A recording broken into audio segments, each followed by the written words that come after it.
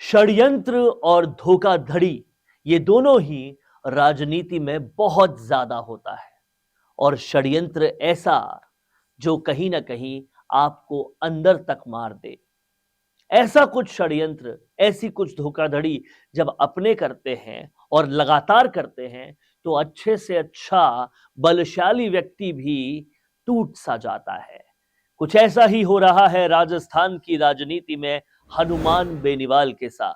दगाबाजी, धोखाधड़ी और षड्यंत्र का ये सफर हनुमान बेनीवाल ने कैसे झेला, क्या कुछ रहा, इस सब के बारे में आज इस वीडियो में बात करेंगे। और किस किस से धोखेबाजी हुई इस पर भी बात करेंगे। इसलिए इस वीडियो के आखिर तक आप जरूर बने रहिएगा। राजस्थान संवाद जो कि विश्लेषण का सबसे बड़ा मंच है, उसको अगर आपने अभी तक सब्सक्राइब नहीं किया तो तुरंत कर लीजिए ताकि आपको हर खबर का पूरा विश्लेषण मिलता रहे।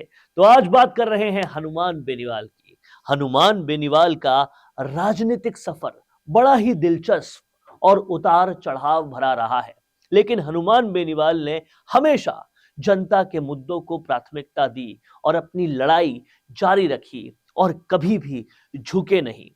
2003 में भाजपा से टिकट मांगा और टिकट उषा पूनिया को दे दिया गया, लेकिन इन्होंने ओम प्रकाश चौटाला की पार्टी से ताल ठोक दी और अच्छे वोट हासिल किए। 2008 में खिवसर से भाजपा के टिकट पर चुनाव लड़े और पहली बार विधायक बने और इसके बाद 2009 में शादी की।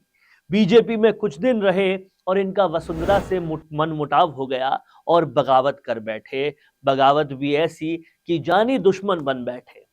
हनुमान बेनीवाल ही पहले व्यक्ति थे जिन्होंने वसुंधरा गहलोत के गठजोड़ पर खुलकर बोले, जिस पर कोई विश्वास नहीं करता था।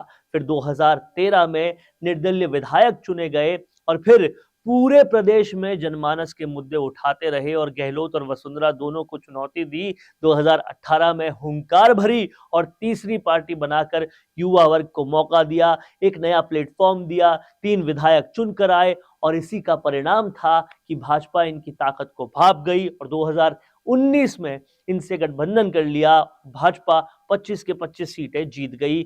हनुमान का राजनीतिक कद बढ़ा। 2019 में ये मंत्री बनाए जाने थे, लेकिन वसुंधरा ने इन्हें बनने नहीं दिया। फिर किसान आंदोलन में भाजपा से जुदा हो गए और फिर इनकी राजनीतिक अदावत हरीश चौधरी, दिव्या मदेरना और ज्योति मिर्धा से इतनी बढ़ गई कि ये एक दूसरे के राजनीतिक जानी दुश्मन बन गए। 2023 में ज्योति भाजपा में शामिल हो गई और इनके खास शागिर्द रेवंत डंगा को ही खिवसर से इनके खिलाफ चुनाव लड़वा दिया। दिव्या और बेनीवाल हारते हारते बचे और एक एक करके इनके कई साथी छोड़कर चले गए।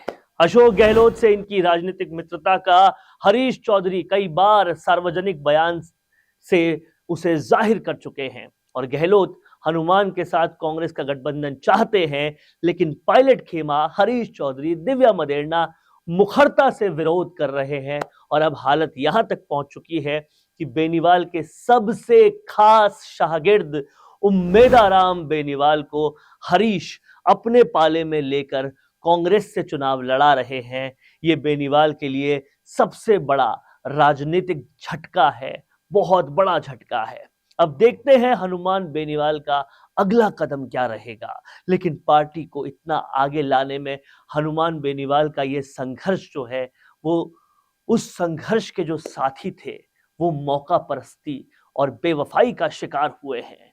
और ये जो बेवफाई हनुमान बेनीवाल के साथ हुई है वो कहीं ना कहीं दिल में दर्द दे रही है।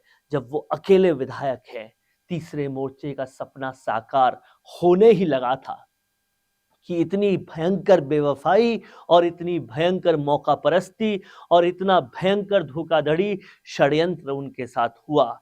ऐसे में हनुमान बेनीवाल करेंगे क्या? इस षड्यंत्र धोखाधड़ी की वजह से आज उनकी छवि, उनकी इमेज ये बन गई कि वो एक पार्टी से दूसरी पार्टी में जाते रहते हैं। वो हनुमान बेनीवाल जिसके पास कभी पार्टियां आया करती थी गठबंधन के लिए, आज दर दर गठबंधन के लिए जाना पड़ रहा है। राजनीति का शेर जिसे कहा जाता था वो आज राजनीति में बहुत ही ज्यादा कमजोर पड़ रहा है, क्योंकि शेर को भी जब अपने धोखा देते हैं तो वो टूट सा जाता है। क्या कहना है आपको इस सब वाकये पर? कमेंट बॉक्स में लिख डालिए और बताइए कि इस तरह से राजनीति में परास्त होंगे हनुमान बेनीवाल या फिर बाउंस बैक करके और भी ज्यादा शक्ति के साथ वापस आएंगे हनुमान बेनीवाल? क्या होगा क्या नहीं, कमेंट बॉक्स में लिख डालिए अपनी राय। और राजस्थान संवाद के साथ ऐसे ही बने रहिए, देखते रहिए राजस्थान संवाद। कोरोना सोल्टेक क्वालिटी, डेडिकेशन और कस्टमर सेटिस्फेक्शन को प्रायोरिटी पर रखते हुए हर इंडस्ट्री की इलेक्ट्रिसिटी में कॉस्ट सेविंग कराने और उन्हें रिन्यूएबल एनर्जी की ताकत देने के लिए लगातार काम कर रहा है।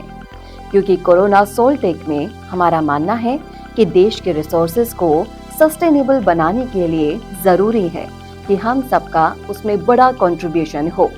इसीलिए सोलर प्रोजेक्ट्स की टाइमली डिलीवरी करते हुए एक पार्टनर की तरह आपकी इंडस्ट्री को हम अपडेट करते हैं और हमेशा आपकी सर्विस के लिए तत्पर रहते हुए सोलर एनर्जी का पूरा पोटेंशियल आपको मिले, इसी दिशा में काम करते हैं।